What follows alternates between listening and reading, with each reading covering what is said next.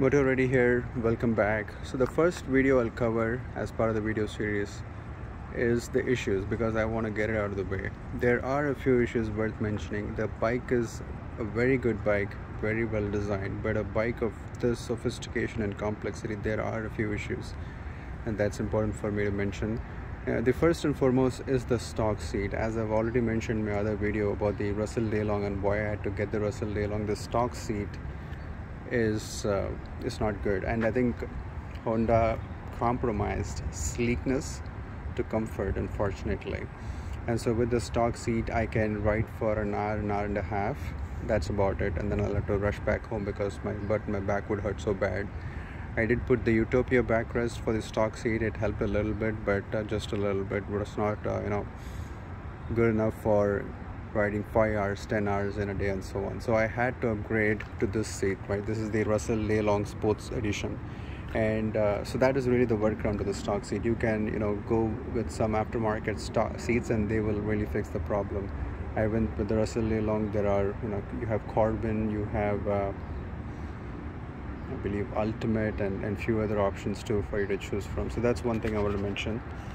The next thing is the Honda navigation system, right? So I don't have to harp on it much longer because I think there's a lot of videos covering how not good it is. The navigation system, in the previous version, is a Garmin unit. In this case, it's I think an inbuilt system by Honda. And when they launched it in 2018, this version, Honda got a lot of slack for not including the Garmin. And I think there are probably various reasons why Honda did what they did. It all boils down to cost, in my humble opinion. It's just my opinion, right? Because they do offer Android Auto and Apple CarPlay. That is software that needs to be licensed from the respective software vendors, right? Google and Apple in this case. Now on top of that, if they also have to put in the Garmin, that is software they have to license from Garmin itself.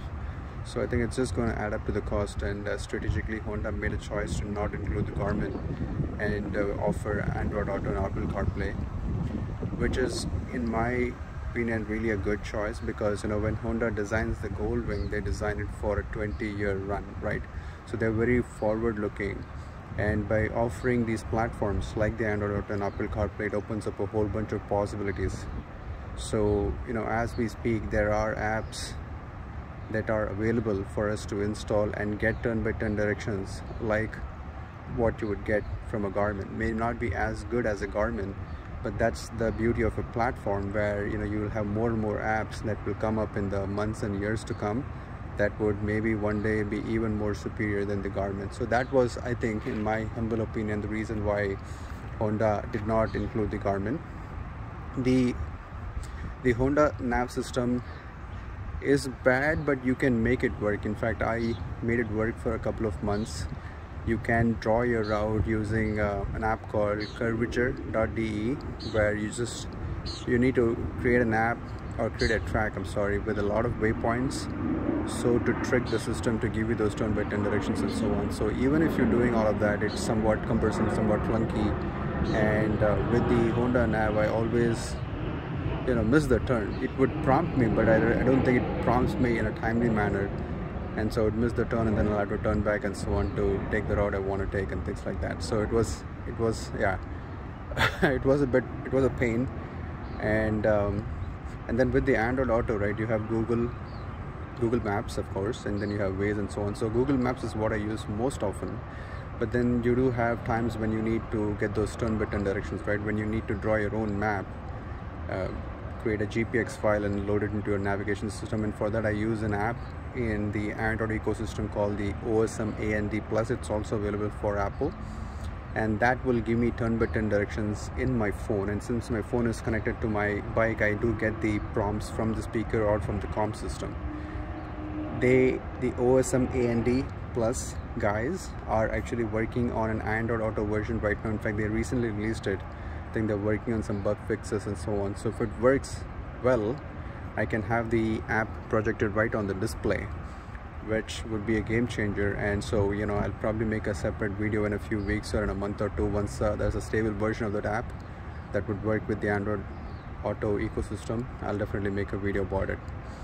So yeah, I mean, long-winded answer.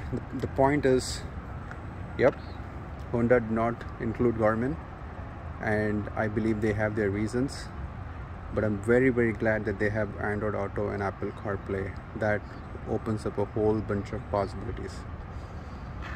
The other issue I want to mention, I think this is a serious one, and the issue is the horn itself, not the loudness of the horn. The horn is ridiculously loud, just like the previous gen. It's like a car horn. It's even more louder than the car horn, which I greatly appreciate. But where it is situated is where the problem is.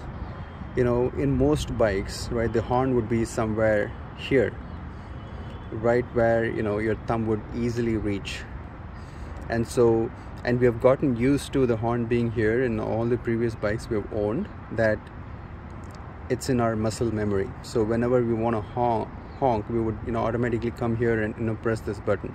But with the DCT, you know, the button here that I'm actually showing you guys is the downshift button, and then you have the upshift button at the top here. So Honda, you know, thought about where else would they put the horn button, and they kind of placed it here, right in between the talk button and above the turn signals. And the issue there is, well, if you're planning to honk, right, if you are in a busy interstate, for example, and you think that a guy on the other lane may cut you, you anticipate that, then you plan for it, and you can always have your thumb here ready to honk. But then, you know, when you actually honk, you're really not planning to honk, right? It is a sudden thing that happens, right? In case if somebody is in your lane, or in case if there is a deer crossing by, or if there is a distracted driver, that is a sudden event, and you need to be able to suddenly access the horn to alert them. And when you need to do so in a sudden manner, I have never ever been able to press the horn button instantaneously. Always I hit the talk button, or sometimes I hit the turn signal, or sometimes I hit the downshift. And I've practiced and it never has come to me. And this is a serious safety issue, because although having a really loud effective horn, not being able to access it is a problem. And I don't know if Honda really has gotten this feedback from others too. I know there are videos out there in YouTube where similar owners complaining about it, and I think Honda should really do something to address it. So that's one issue. The other issue is, I think, a minor one. So if you see here, the mud guard, if you will, is quite short. From the factory, it's only this much. I installed an extension here. I don't understand why the mud guard has to be so short, and the reason, and because of that, what happens is, you know, when you go for a ride, you tend to, there's a lot of mud and grime sticking in the front of the engine, so you'll always have to clean it and so on. So of course a simple fix is an extension like this, but I wonder why Honda wouldn't do it from the factory. That may be a minor nitpick, but something I thought I'd mention. Other than that, really absolutely no issues with the bike, in my humble opinion. You know, in the previous generations, or the previous year bikes, you know, I think there was some complaint about the trunk not being big enough, but in the 2021 and above, they've addressed that. They made the trunk even more bigger, so trunk is more roomier now. Yeah, those are really the issues that's worth mentioning about the bike. But otherwise, in every respect, the bike is, as I've already mentioned in my intro, it's a very well thought out, very well designed and executed motorcycle. But there are a few issues which I thought I'd mention. Yeah, I mean, if you guys are interested in content like this, I would recommend you like and subscribe, and you know, if you have any questions, do comment. I promise I'll post more videos about the bike. It may just take a few days for me to get through all the videos and so on, but I promise I'll definitely do it. Thank you for watching.